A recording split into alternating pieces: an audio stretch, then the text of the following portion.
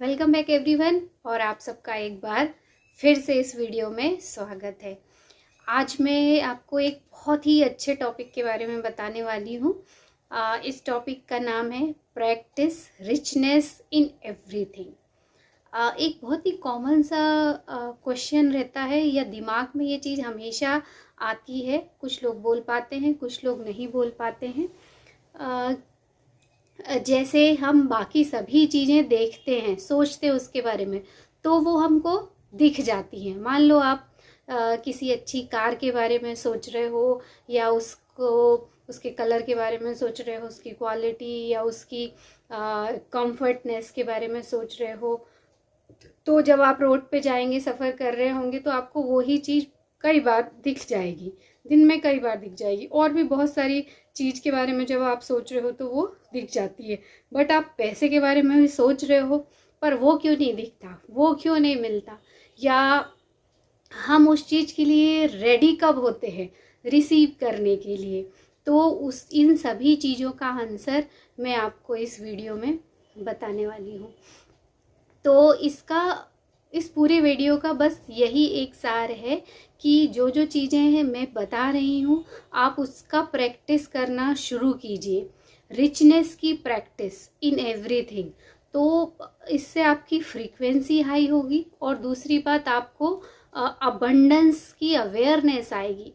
और जब ये दो चीज़ें आती हैं तब ही आपके जीवन में रिचनेस आएगी। एक बहुत ही सिंपल सा एग्जाम्पल है। हमारे जीवन में क्यों लैक बना रहता है। एक तो हमारा बिलीफ सिस्टम है, जो मैं हर वीडियो में आपको बताती हूँ कि सबकॉन्शियस माइंड ऑलरेडी हर चीज़ की कमी उसके अंदर फीड हो गई, क्योंकि वो देखते आ रहे हैं हमारे एनवायरनमेंट में, लोगों में, या एक्सपीरियंस हमको मिलता है। आप देखिए, आपके पास 100 लोग हैं आसपास, 100 लोगों में सक्सेसफुल लोग कितने हैं? एक हैं, दो हैं? मुझे तो लगता है जो आपकी कैटेगरी में सक्सेसफुल है वो शायद एक या दो भी ना हो। क्योंकि अगर आप रेशो देखोगे तो मेरी ख्याल से सेल्फ मेड मिलियनेयर इंडिया में जहाँ तक 0.02% है, या जो एक्सट्रीमली रिच हैं वो 0.02% सेल्फ मेड। बाकी और सबका रेशो भी होगा, पर 2 या 5% से ज़्यादा है ही नहीं। तो हमारे चारों तरफ लगभग वही लोग रहते हैं, उन्हीं लोगों के बीच में हम रहते हैं। पर इससे हम निकल सकते हैं, ये प्रैक्टिस करने की ज़रूरत है। मैंने पहले भी वीडियो में बताया था कि 2 तरह से आप रिच बन सकते हो। एक तो आपको जो हेरिडिटरी में मिला, या जो जिनके माता पिता की संपत्ति या पूर्वजों की संपत्ति रहती है, वो बनते हैं। दूसरा सेल्फ मेड, जो खुद ही बनते हैं। पर दोनों की प्रोसेस देखो, इंटरनली प्रोसेस लगभग सेम ही होती है। तो आप भी अगर वहाँ जाना चाहते हो तो आपको भी अंदर से वो चेंज करना पड़ेगा, और आप वो बन सकते हो। इसीलिए हर बुक में, हर जगह लिखा रहता है, आप वो हर चीज़ पा सकते हो जिसके बारे में आप सोच सकते हो। तो आपने अगर ड्रीम लाइफ या गोल या कुछ भी डिज़ायर किया है, या वो इच्छा आपके अंदर आई है, तो वो ऑलरेडी आपके इनर बीइंग में है। और उसको वॉर्टेक्स भी बोला है अब्राहम हिक्स ने। वो इनर बीइंग में, वॉर्टेक्स में, जब आपने ये सोचा ये सब चीज़ें, तब ही ऑलरेडी वो हो चुकी रहती हैं। It's already done. बस हमको उतनी फ्रीक्वेंसी या उस फीलिंग में आना पड़ता है, तो वो आपके सामने रियलिटी में बदल जाता है। और यही एक काम है जो कि हमको करना पड़ता है। तो अगर आप किसी चीज़ के लिए लैक देखोगे हर जगह, मान लो आपको लग रहा है आप महंगाई पे ध्यान दे रहे हो, महंगाई भी बढ़ रही है, पेट्रोल के दाम बढ़ रहे हैं, गरीबी हर जगह, आप रोड पे जा रहे हो तो आपको गरीब लोग दिख रहे हैं, या कुछ कबाड़ी लोग दिख रहे हैं, या आपको सारी पुरानी चीज़ें दिख रही हैं, या आप बातें भी वैसी करते हो, मतलब आप बुराई करते हो, चाहे गवर्नमेंट की हो या किसी भी पार्टी की हो। जनरली ज़्यादातर लोग किसी एक को सपोर्ट करते हैं, किसी को नहीं करते। हालांकि ये उसका पर्सनल ओपिनियन है, मैं इसके बारे में कुछ भी नहीं बोलना चाहती। सबको अपने अपने विचार बोलने की पूरी स्वतंत्रता है, और हर कोई अपने अकॉर्डिंगली एनालाइज करके बोल सकता है, वो अपनी जगह है। बट अगर आप अबंडेंस चाहते हो, अपनी लाइफ को चेंज करना चाहते हो, तो उसके लॉ ऑफ अट्रैक्शन के पर्पस में मैं ये बात बोल रही हूँ कि आप किसी भी चीज़ की बुराई करोगे, या लैक देखोगे तो वही अट्रैक्ट होगा। अब आप बोलोगे कि मैडम एनवायरनमेंट को तो चेंज नहीं कर सकते, हम जिस रोड पे जा रहे हैं उसमें आसपास जो दिख रहा है उसको तो चेंज नहीं कर सकते। तो बिल्कुल सही है, आप वो चीज़ आपके हाथ में है ही नहीं तो आप कैसे चेंज करोगे। आपको चेंज करना है अपनी सोच, अपनी अंदरूनी काम करना है। आप अगर शाम को या सोने से पहले विजुअलाइज करोगे, मेडिटेशन करोगे, अपनी ड्रीम लाइफ को देखोगे, एक्सपीरियंस करोगे, तो उसकी वाइब्रेशन, उसकी फीलिंग पूरे दिन आपके दिमाग में रहती है। और इतना अच्छा सपना ही समझो आप उसको, पर जब वो फीलिंग बन जाती है तो वो रियलिटी बन जाती है। बट उसको एक टाइम, उसको बफर टाइम भी बोला है अब्राहम हिक्स ने, कि वो चीज़ को आपके सामने आने के बीच में एक टाइम डिफरेंस होता है। उस टाइम में वो चीज़ मैनिफेस्ट होती है, उस टाइम में यूनिवर्स आपके लिए सब चीज़ें अरेंज करता है और फिर वो आपके सामने आता है। तो अगर आप उसी फीलिंग में हो तो बाहर की चीज़ें अगर आपको लैक भी दिख रहा है तो आपका ध्यान वहाँ जाएगा ही नहीं, क्योंकि आपकी फ्रीक्वेंसी बहुत हाई है। आप जो फील कर रहे हो यही लॉ ऑफ अट्रैक्शन है। आप जो फील करोगे सेम उससे मैच करती हुई एक और फीलिंग आपके सामने आएगी। मान लो आप बहुत अच्छे से अपनी लाइफ, लग्जूरियस लाइफ को इमेजिन किए, फिर उसके बाद में आप काम पे निकले। उस दिन आप ऑब्जर्व करना, रोड पे आपको सारी वहाँ 10 गाड़ियाँ जा रही होंगी पर आपकी नज़र हो सकता है एक बहुत ब्रांड न्यू अच्छी कार पे जाए। आपके आसपास सभी तरह के लोग हैं बट आपकी फ्रीक्वेंसी कैसी है, हाई है, और आप उसी तरह की चीज़ों को ही अट्रैक्ट करोगे। तो आप अगर अबंडेंस अंदर से फील कर रहे हो तो आपको वही चीज़ दिखेगी। कई बार अचानक से वो चीज़ें भी दिख सकती पर आपकी अटेंशन नहीं जाएगी। तो इस तरह से अगर आप पहले से ही अपनी फ्रीक्वेंसी हाई करके रखे हो तो आपकी फ्रीक्वेंसी से मैच करती हुई चीज़ें आएंगी तो आपको वो चीज़ें दिखेंगी ही नहीं। तो पहला तो ये है कि प्रैक्टिस करना है रिचनेस की। एक तो ये है कि आपको लैक कहीं नहीं देखना है, दिखे भी तो आपको प्रैक्टिस करना है अपनी फीलिंग उतनी हाई लेके जाने के लिए, क्योंकि हर चीज़ के लिए रिस्पॉन्सिबल हम ही होते हैं, चाहे वो हमारी सिचुएशन हो, चाहे इवेंट्स हो, या चाहे हमारे आसपास के लोग हों। तो जो चीज़ भी आप हो रही है या लोग आपके साथ कर रहे हैं या आप कर रहे हो, वो उसकी जिम्मेदारी सिर्फ आपकी रहती है, आपकी फ्रीक्वेंसी। तो ठीक है, अप एंड डाउन चलता रहता है बट वापस आप समझ जाओ। अगर आपको कुछ अच्छा फील नहीं हो रहा है तो तुरंत अपनी सोच को चेंज करो, कुछ ऐसा करो जो आपकी फ्रीक्वेंसी को हटा दे या आपका फोकस वहाँ से हटा दे। तो इस तरह से आप अपनी फ्रीक्वेंसी भी बढ़ा सकते हो।